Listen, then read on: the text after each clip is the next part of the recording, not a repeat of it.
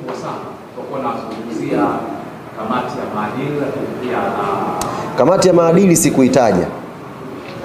Nitaja kamati ya uendeshaji ya ligi. Okay. Kamati ya maadili hatujaialika. Pia na bodi ya ligi pia tunataja. Bodi ya ligi tumewalika siku za karibuni nilikuwa na mgogoro na bodi ya ligi. Maana kale ambao wameandika maadili na misimamo kama ya. Pengine kwa picha hii na mwaliko ambao umewalika sawa sita.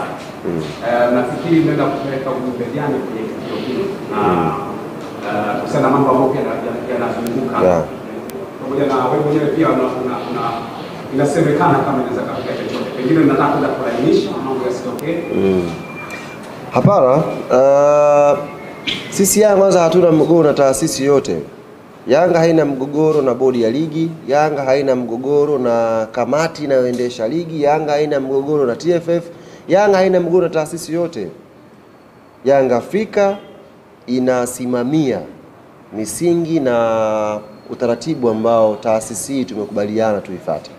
Kwa katika misingi hiyo tukitokea tumekutana katikati haimaanishi ni mgogoro.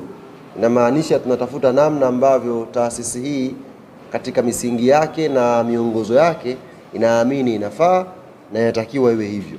Kwa sisi pesa hatuna shida na mtu, maana tunawaalika kila mtu. Sisi tuna misingi yetu ambayo tunaifuatilia. Hatuna shida na mtu yote sisi.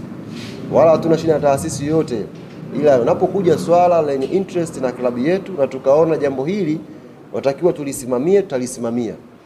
Lakini haimaanishi tunaposimamia jambo letu sisi tuna ugomvi na wewe au tuna ugomvi na taasisi fulani. Sisi tunasimamia misingi ambayo tumekubaliana kwa vile ambavyo tunaona kama Young Africans zinatakiwa iwe. Haina maana yoyote kwamba tuna mgogoro na mtu au